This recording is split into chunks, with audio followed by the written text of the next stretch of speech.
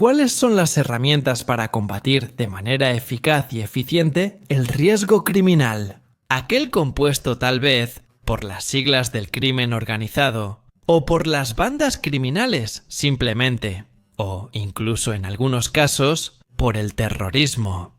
Una de estas herramientas, sin duda, es el llamado fenómeno del arrepentimiento, lo que en Italia se llama el colaborador de justicia. El colaborador de justicia es quien básicamente hace autocrítica de lo que ha hecho anteriormente.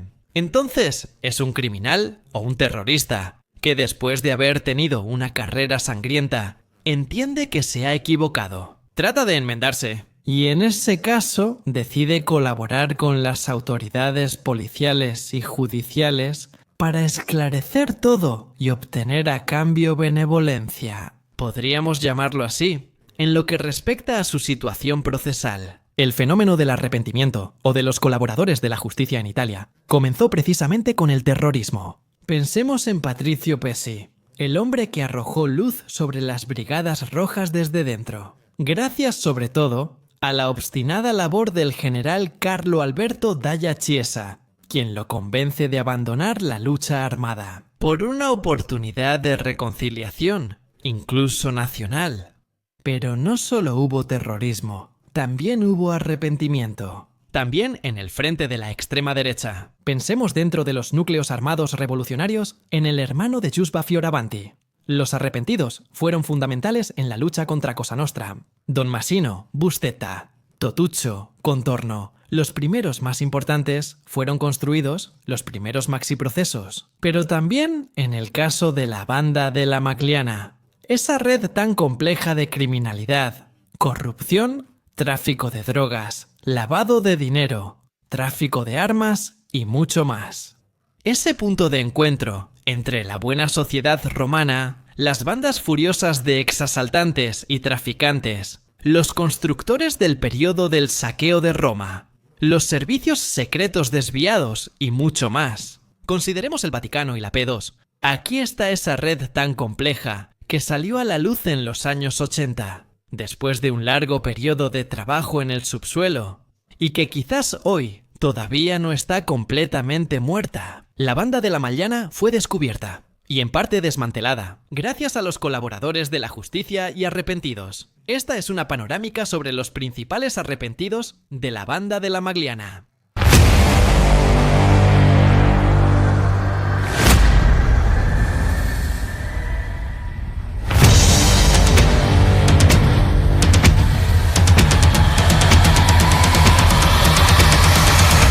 El primero, en orden cronológico, fue Ersorcio, Fulvio Lucioli Fulvieto, uno de los primeros miembros, de hecho el primer miembro de la banda Magliana, a recitar un mea culpa interior. O sea, que habla movido también por intereses personales, es decir, el intento de evitar represalias graves contra él mismo, después de que fue arrestado el 3 de junio de 1983. Efectivamente, Fulvio Lucioli tardó algunos meses en decidirse a colaborar. Él, que había formado parte de uno de los primeros núcleos de esas bandas que luego se integraron dentro de la banda. Él, que había iniciado su carrera como asaltante de trenes, para después convertirse en un experto en el ámbito del tráfico de estupefacientes. En 1983, decide romper el muro del silencio, de romper la omertá que perdura dentro de la banda. Esa omertá que hasta ese momento, romperla y siempre salirse con la suya, sin importar el ámbito, aunque ya estuviera manchado, del secuestro de Grazioli, por decir uno, o del asesinato de Francino Air Criminale Franco Nicolini, o de la disputa contra los pescaderos, los Proietti, culpables de haber matado al jefe de la banda, Giuseppe Pucci. Lucioli es el que rompe el muro y lo rompe, con tantas declaraciones hechas al magistrado Nitto Palma y al jefe del escuadrón de narcóticos de Roma, que produjeron una enorme redada, la del 15 de diciembre de 1983. Son muchísimos los jefes, los colaboradores, las hormigas que terminan en la cárcel. Todos son arrestados, porque Lucioli contó todo, pero a Lucioli no le creen del todo. La demostración se ve en los años siguientes. ¿Por qué? Si el juicio de primera instancia y la apelación terminan de todos modos con duras condenas para los distintos miembros de la banda. La Corte de Casación anula todo, sobre todo anula lo que era la base de la acusación. La Corte de Casación determinó que la banda amaliana no era mafia. El proceso debe repetirse en la Corte de Apelaciones. Y también esta vez, el teorema de Lucioli es desmontado. Incluso, a Lucioli se le define como un mitómano, una persona con delirios psíquicos que lo llevan a alterar la realidad en la que vive. En resumen, Lucioli es considerado un testigo no creíble, y realmente es una burla si se piensa en lo que fue la banda amaliana. Pero Lucioli no es el único, porque después de él, algunos años después, llega Claudio Sicilia, el Vesuviano, llamado así porque en el fondo se trata de un napolitano. Trasplantado a Roma. Un napolitano que consigo ha traído relaciones muy estrechas con la camorra. Por otro lado, está emparentado con los camorristas. Sicilia entró en la banda por interés de Marcellone Colafigli, uno de los líderes de la facción Amaliana Sicilia. Desde su ingreso en la banda, ha gestionado el tráfico de drogas, principalmente en la Garbatella y Tormarancia. Pero no solo eso, es un personaje muy interesante. Gestiona parte de la tesorería de la banda y, sobre todo, es uno de los pocos que tiene acceso libre, en cualquier momento, al arsenal clandestino de la banda, dentro de las instalaciones del Ministerio de Salud, en la calle List. Es extraño, ¿no?, que un personaje así, que en teoría debería ser una figura secundaria, tenga todo este poder. Y es aún más extraño que, a pesar de las revelaciones de Lucioli, Sicilia siga en libertad por casi 3 años más. No lo arrestan junto con los otros jefes de la banda. No, él se queda fuera. Sigue manejando por un lado el tráfico de estupefacientes y por el otro el flujo de dinero que va a favor de los jefes detenidos en la cárcel. Hasta 1986, la fractura entre las dos almas de la banda, Magliana y Testaxio, se vuelve irreparable. El mismo Claudio Sicilia es objeto de un intento de asesinato. Nunca quedó claro de parte de quién, si de los de Magliana o de Testaxio, pues trabajaba y hablaba con ambos. No solo eso. Desde entonces, Claudio Sicilia deja de pagar la mordida semanal a los detenidos y sus familias, volviéndose enemigo de la banda. Arrestado también en el 86, él también decide acogerse a la ley de los arrepentidos. La ley promulgada en 1980, luego actualizada, primero con la intervención del magistrado Falcone y posteriormente en 2001.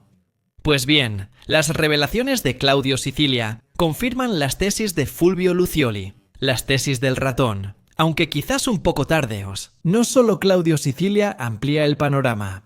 No habla solo de tráfico de drogas, de usura, de lavado de dinero, de homicidios. No, también habla de las relaciones de la banda con sujetos externos, por ejemplo con la camorra, con la nueva camorra organizada de Cutolo, con Zatza, con el clan Nuvoleta. Menciona los vínculos de la banda con el neofascismo y los núcleos armados revolucionarios de donde proviene el Nero, entre otros aspectos. Massimo Carminati habla de las relaciones peligrosas de la banda con Pippo Calò. El cajero de Cosa Nostra, que vive en la clandestinidad en Roma, es uno de los mandantes de la masacre del Rápido 904, ocurrida en la víspera de Navidad de 1984. Ya hablamos de eso en otro video. También las revelaciones de Claudio Sicilia provocan otra ola de arrestos y nuevas investigaciones, pero tampoco a él lo consideran completamente confiable. Prueba de ello es que unos años después, Claudio Sicilia es liberado, pero sin un programa de protección a su favor, casi considerándolo un personaje de segundo plano, si no sacrificable, al menos no en peligro de muerte. Y es un error, porque la banda no olvida cuando Claudio Sicilia se volvió un traidor. Tendrá que pagar y será asesinado el 18 de noviembre de 1991. Por un comando de 2 sicarios justo en Tormarancia. No termina aquí, está claro. Hay otras figuras destacadas. Entre los varios arrepentidos está, por ejemplo, Vittorio Carnovale Coniglio, hermano de Giuseppe Ertronco, quien murió en el 90 por causas naturales. Carnovale es un personaje peculiar, ya que es parte del grupo de Acilia, uno de los 3 originales de la banda. Fue arrestado en relación con las revelaciones hechas por el Sorcio, por Fulvio Lucioli. El 26 de mayo de 1986 logró escapar del aula búnker del Tribunal de Roma, causando gran revuelo y escándalo. ¿Cómo era posible que en una sala y en los pasillos que llevaban a las celdas, llenos de gente y con varios carabineros, un criminal lograra escapar? descubierto años después, formaba parte de un plan ideado inicialmente por Renatino de Pedis para ayudar a escapar a Edoardo Toscano, quien, sin embargo, temía por su vida. El mismo de Pedis le había enviado un mensaje. Le decía al obrerito que quizás, al salir de la cárcel, no llegaría muy lejos y que alguien lo haría callar para siempre. Entonces, al final, fue Erconiglio quien se aprovechó del plan, dejando que le pusieran las esposas en las muñecas sin que se activara el seguro, para luego esconderse detrás de una escalera. Regresar al aula de detención y ser liberado por dos personas desconocidas, un hombre y una mujer, que lo conducen a la salida del tribunal, frente a los ojos algo sospechosos, pero al final incapaces de actuar, de los carabineros. Y al final, a un Renault 5 donde, una vez aclarado el malentendido, que no se trataba de Edoardo Toscano, el obrerito, sino de Vittorio Carnovale. Carnovale fue llevado de regreso a la casa de su hermana y arrestado nuevamente en 1993, cuando inicia la segunda ola de detenciones contra la banda de la Magliana. Y desde ese momento, también Carnovale decide liberar su conciencia y contar todo. De todos modos, recibirá 10 años de prisión. Luego, en la cárcel, elabora una nueva interpretación de sí mismo, hasta el punto de convertirse en un escritor creativo y un poeta. Hoy Vittorio Carnovale ya pagó su deuda con la justicia. Ha hecho declaraciones muy importantes, que sin embargo en algunos casos no sirvieron. Es el asesinato de Mino Pecorelli, del que mucho tiempo se habló de la implicación de la Magliana. ¿Cómo?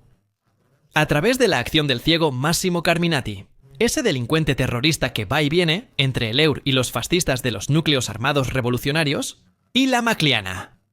El Testaccio, el bar que es el símbolo del lugar de reunión de los jefes de la Magliana, y que se mueve entre dos universos. Carminati, según Carnovale, habría disparado junto con Angiolino y el rubio Michelangelo La Barbera, sicario de la Cosa Nostra, al periodista incómodo. Todo para favorecer los intereses de Giulio Andreotti a través de Vitalone. El problema es que Vittorio Carnovale, aunque nunca se retractó de las declaraciones hechas durante la instrucción, no repite estas palabras en la sala. ¿Tiene miedo? Erconiglio no se presenta en las salas de Perugia, donde se lleva a cabo el juicio a Giulio Andreotti por el asesinato de Mino Pecorelli. Y quizás también por esta razón, al final todos los acusados serán absueltos. Tal vez porque faltaba una pieza en el rompecabezas. Pero todavía hay otros arrepentidos que enfrentar. Está Fabiola Moretti, que luego se declarará arrepentida de haberse arrepentido. La mujer, inicialmente de Daniel. Ya hablamos de los quemados en Calamare Leonte, en un video reciente, pero también de Antonio Manzini.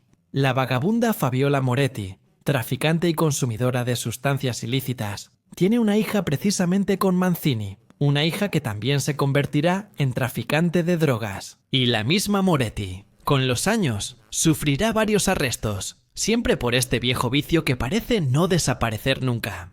Mucho más interesante es la figura de su expareja Antonio Manzini, el vagabundo, llamado así tanto por su físico, su rostro demacrado, como también por sus intereses culturales. Lee muchísimo, ve muchas películas, tiene una gran pasión por la prosa de Pasolini, y lo llaman así por el título de una película muy conocida de Pasolini.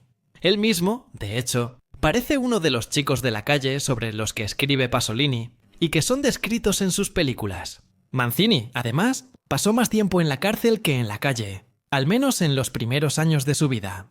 Hizo un poco el tour de las cárceles italianas. Y precisamente en la cárcel, en Regina Coeli, conoce a ese grupo, el de Ostia Cilia, el que gira en torno a la figura de Nicolino Selis, Nicole Sardo, que será una de las almas fundadoras de la Magliana.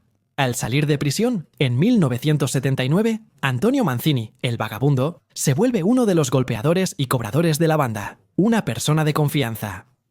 A los deudores, un poco rebeldes, o esos personajes que tienden a no entender la importancia de la banda en la plaza romana. Más aún, porque Manzini entabla una fuerte amistad precisamente con el camaleón, con Danilo Abruzzati.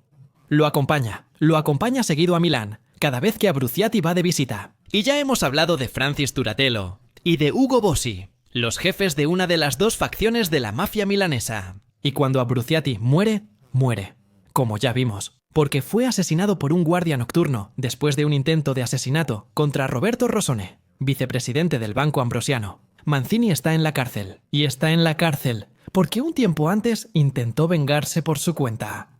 No lo hizo solo. Fue junto a Marcelone y Colonel Da Figli por el asesinato de Franco Giuseppucci, el Negro, el Fornaretto, fundador de la banda, quien murió a manos de los Pestiaroli, del clan Proietti, rivales de la Magliana y aliados de Francino criminal RAS de las salas de apuestas y de los hipódromos de la capital. Cuando en vía de Nonna Olimpia se dispara, y se dispara para matar, el 16 de marzo de 1981, algo sale mal, porque tanto Colfigli como Mancini resultan heridos. También intentan atrincherarse detrás del secuestro de uno de los hijos de los Proietti para abrirse camino y evitar ser capturados por la policía o linchados por los demás miembros del clan Proietti. Al final, ambos serán capturados y Mancini comenzará una larga serie de detenciones, liberaciones y nuevos arrestos. Cuando Vittorio Carnavale y E.R. Coniglio huyen, Mancini rechaza la posibilidad de escapar también él. En pocos meses, obtendrá un permiso especial tras 6 años en prisión. Así que entra y sale de la cárcel. Lo atrapan y lo encierran otra vez. Mancini se arrepiente en 1994, un periodo particular en el que empieza a delinearse el cuadro preciso de la banda magliana como una red. Comprometido en varios aspectos. En el frente del caso Pecorelli, pero también en las relaciones con los servicios, sobre todo los desviados. Supersismos de Pacienza, General Santovito, Musumeci, Belmonte y Manucci. Todos en casa. Todos personajes que gravitan entre Fortebracci, la sede del Sismi y las relaciones con estos extraños delincuentes. Los de la Magliana. Y no solo Mancini habla sin filtro. Menciona el secuestro de Moro y cómo la democracia cristiana recurrió a la delincuencia común. También con los de la Magliana, que por otro lado era una actividad reciente, al menos de manera conjunta, para buscar la prisión del honorable Aldo Moro. O habla de la figura de Renatino de Pedis, el jefe de los Testaccini que muere en 1990, no muy lejos de Campo dei Fiori. En otra disputa orquestada por Marcellone y Colafigli con 2 sicarios toscanos. Renatino de Pedis está enterrado en la iglesia de Sant'Apollinare, supuestamente por un favor al cardenal Poletti.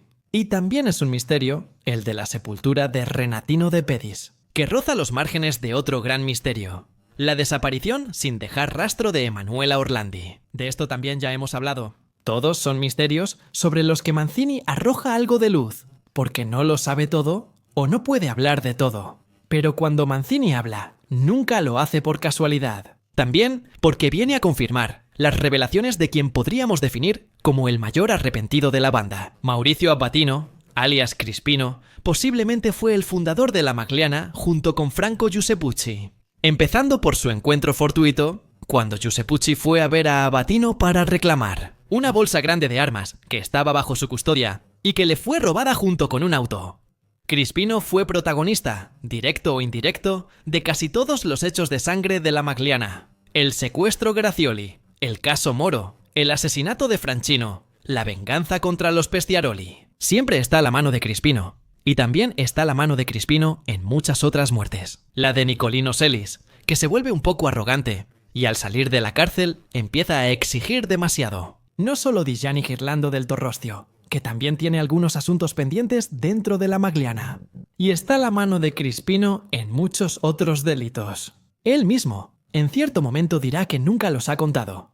Tal vez ni siquiera podría contar los muertos que ha dejado en el camino. Pero sí recuerda todos los nombres, recuerda todas las caras de las personas a las que les disparó. Crispino Abatino, quien inspira la figura del frío en esa novela criminal descrita por De Cataldo y luego llevada al cine y a la televisión. Es un hombre particularmente decidido hasta el punto de no dejarse intimidar por la disputa. Nacido en la banda magliana a mediados de los 80, cuando la guerra entre su grupo y los Testaccini de De Pedis deja muertos en las calles. En ese periodo, Abatino está en la cárcel, pero no acepta quedarse tras las rejas. De hecho, empieza a fingir enfermedades. Se inyecta sangre proveniente de un preso enfermo de los ganglios linfáticos. ¿Y luego qué hace? Finge tener un tumor óseo tan avanzado que le impide usar las piernas, tanto que se sienta en una silla de ruedas y no mueve un músculo durante varios meses. Hace que lo trasladen a una clínica privada en el Euro, para continuar ahí su detención. Por otro lado, Los expedientes médicos falsificados presentan a un detenido como enfermo terminal, que podría morir en pocos meses o semanas. Una noche del 20 de diciembre del 86, Crispino también logra escapar de esa clínica, con la ayuda de su hermano Roberto, que le echa una mano y le permite huir a Suiza, de ahí a Río de Janeiro y después a Caracas, Venezuela, donde la Criminal Pol finalmente lo encuentra. Mientras tanto, la banda, que teme la figura de Crispino porque temen que pueda colaborar con la justicia. Crispino sabe demasiado. Secuestran y torturan hasta la muerte, con una última puñalada en el pecho, a su hermano Roberto, quien será encontrado muerto. Tal vez esto también motiva a Crispino, tras su arresto en 1993, a volver a Italia y colaborar con la justicia. Sus declaraciones confirman las teorías de Luccioli y Sicilia, quienes no habían sido totalmente creídos. Llevan a otros juicios, a otros arrestos, al descubrimiento de otro submundo debajo de la Magliana. Se vuelve a hablar del caso Moro. Se habla de Andreotti, del asesinato de Pecorelli. Son las mismas declaraciones en las que coincide Antonio Manzini un año después. Pero Crispino todavía tiene una cuenta pendiente considerable con la justicia. Una cuenta que al final se presenta. Se presenta cada vez que él, aunque escoltado, es llevado a los diferentes institutos de Pera. Cada vez que sabe que podría terminar en la misma institución, donde están algunos de sus excompañeros, como Carminati o como Paradisi, Crispino se rebela y consigue un traslado. En una ocasión, su escolta ahuyenta a posibles asesinos, quizás enviados por los Testazzini, para callar para siempre a ese viejo jefe un poco demasiado locuaz. En 2015, sin embargo, Mauricio Batino pierde todas las facilidades. Le retiran la escolta, le retiran la identidad ficticia que lo había protegido. En 2017, incluso le retiran la pensión por enfermedad, porque por motivos de mafia no puede ser concedida. En 2022, Mauricio Batino cumple arresto domiciliario por enfermedad, pero debe finalizar una condena de 30 años. Tras todo esto, uno se pregunta si el sacrificio de Claudio Sicilia fue suficiente. ¿Fueron suficientes las revelaciones del llamado mitómano Luccioli? ¿Fue suficiente lo que dijo la Catone? Lo que reveló Crispino. Confirmaciones en la instrucción de Coniglio para aclarar lo de la camiseta. Quizá no, porque cuando estalla el escándalo de Mafia Capital, cuando se descubre que en Roma la delincuencia nunca se ha ido, cuando se ve a algún viejo miembro de la banda de la Magliana terminar en la mesa de la morgue con balas en el cuerpo, como Paolo Frau, asesinado en 2002, o cuando vuelve a la palestra y sale Massimo Carminati, entonces se entiende que la banda sigue viva. Y eso es lo que ha dicho varias veces Antonio Manzini, que hoy es libre. Y para completar su redención social, trabaja con cooperativas sociales. Lo que dijo Manzini es que la banda sigue viva. Nunca se ha ido, nunca ha muerto, nunca ha sido erradicada de Roma. La banda está. Quizá han cambiado algunos hombres. Quizá a los que murieron o terminaron tras las rejas los reemplazó algún otro ex colega o algún ex subordinado. Quizá los asesinos de antes, los que antes actuaban bajo las órdenes de alguien, hoy se han convertido en jefes. O tal vez han hecho nuevas alianzas. Ya no está Pipo Caló, ya no existe la nueva camorra organizada, pero hay otras organizaciones criminales. Está el clan Casamónica, que en cierto momento intentó apoderarse de Roma, como era el sueño de Franco Giuseppucci. Que sean criminales de origen romaní, que sean los mafiosos de Cosa Nostra, que sean los hombres que surgieron de las periferias napolitanas de la camorra, no importa. Roma. Se dice que no acepta amos, se dice que Roma, después de los 7 reyes, no quiso tener más, y que al final los emperadores, casi todos, terminaron mal. El sueño de Franco Giuseppucci era apoderarse de Roma, convertirse en el rey de Roma, dominar Roma, aunque tuviera que hacer amistades. Alianzas cada vez más arriesgadas y peligrosas. Los herederos de Giuseppucci aprendieron bien la lección. Tiene razón Antonio Manzini. El Accatone, uno de los grandes arrepentidos. La banda Amagliana hoy no está derrotada, no ha desaparecido, no está muerta. La banda de Amagliana, lamentablemente, sigue viva.